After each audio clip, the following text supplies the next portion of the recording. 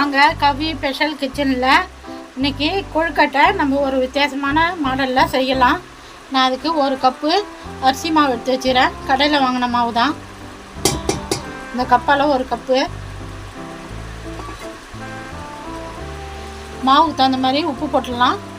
நான் தூள் உப்பு போடுறேன். கொழுக்கட்டைக்கு தகுந்த மாதிரி நான் வெல்லம் எடுத்து வச்சுக்கிறேன். தேங்காய் எடுத்து வச்சுக்கிறேன். தேங்காய் திருவி வச்சுக்கிறேன். இது இப்போ தேவைப்படாது, உரமாக எடுத்து வச்சிடலாம்.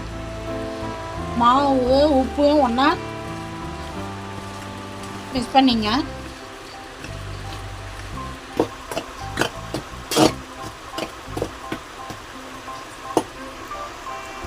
ஒரு கைப்பிடி திருவுன தேங்காய் போட்டுக்கலாம். அது மேலே இருக்கிற இந்த கருப்பெலாம் எடுத்துடுங்க. எடுத்துட்டு தேங்காய் திருவி வச்சிங்க, வெள்ளையாக இருக்கும் நல்லா பார்க்கறதுக்கு. மாவில் தேங்காய் போட்டு நல்லா மிக்ஸ் பண்ணிங்க. தண்ணியில் எல்லாம் கொதிக்க வச்சுக்கிறேன். கொஞ்சம் கொஞ்சமாக தண்ணி ஊற்றி நம்ம பிசைஞ்சிக்கலாம். தண்ணி சூடாக இருக்கும், கை வைக்க முடியாது. கரண்டியால் தான் மிக்ஸ் பண்ணணும். கொஞ்சம் மாவு சூடு ஆறின பிறகு கையால் பிசைஞ்சிக்கலாம்.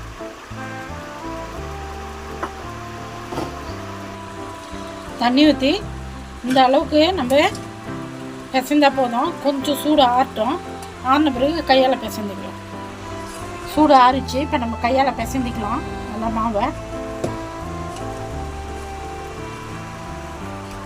மாவு நல்லா பிசைஞ்சாச்சு. இப்போ நம்ம கொழுக்கட்டை மாதிரி பிடிச்சிக்கலாம். கையில் நெய் தடவிங்க. எண்ணெயை தடவிங்க, மாவு ஒட்டாமல் வைக்கும். கொஞ்சமாக மாவு எடுத்து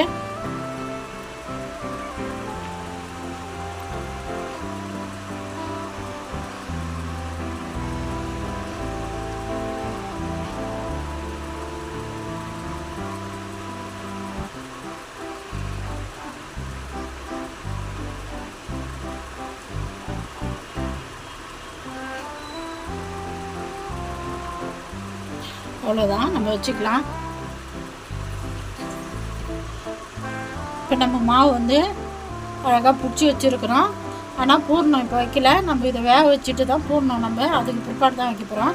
இப்போ இதை எடுத்துமேட்டு நம்ம வச்சுக்கலாம். கொழுக்கட்டை வேக வைக்க அடுப்பு பற்ற வச்சு ஒரு இட்லி பாத்திரத்தில் நான் 1 லிட்டர் தண்ணி ஊற்றிக்கிறேன். தண்ணி நல்லா கொதிக்குது. இப்போ நம்ம இட்லி தட்டு போட்டுக்கலாம். நான் இட்லி தட்டு கவுத்து போடுறேன். இப்போ நம்ம தட்டு ஒன்று வச்சுக்கலாம். மேலே வந்து ஒரு காட்டன் துணி, ஈர துணி போடுறேன். கொழுக்கட்டை பிடிக்காம வரும் அப்போ தான் தட்டில். நீங்கள் எல்லாம் தட்டில் எண்ணெய் தடவி கூட வச்சுங்க. இப்போ நம்ம இதை வச்சுக்கலாம்.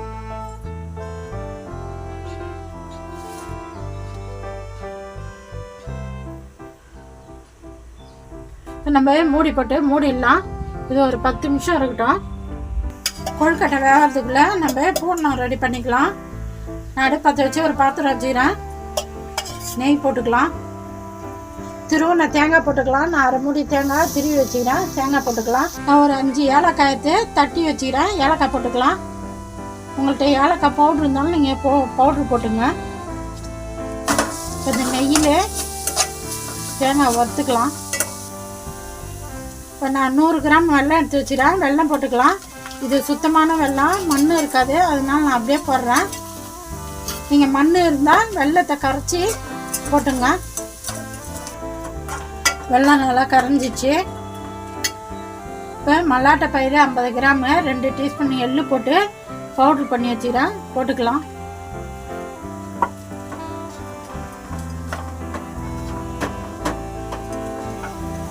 போடணும். இந்த அளவுக்கு ரெடி ஆன போதும். சூடு ஆன பிறகு நல்லா கட்டியாயிடும். 10 நிமிஷம் ஆயிடுச்சு. இப்போ நம்ம எடுத்து பார்க்கலாம். நல்லா சூப்பராக வந்துடுச்சு.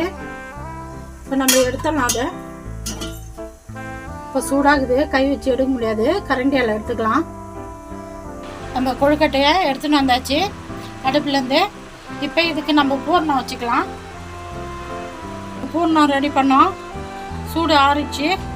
கொஞ்சமாக எடுத்து சின்ன சின்ன பாலாக பிடிச்சி இதில் வச்சுக்கலாம்.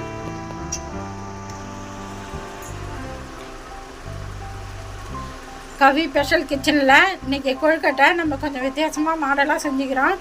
கொழுக்கட்டை செய்ய தெரியாதவங்க, எனக்கு கொழுக்கட்டை மடிக்க வராதுன்றவங்க, நீங்கள் இந்த மெத்தடில் செய்யுங்க. செஞ்சு குழந்தைங்களாம் கொடுங்க, நல்லா சூப்பராக இருக்கும். நம்ம அப்படியே எடுத்து அப்படியே சாப்பிட வேண்டியது தான்.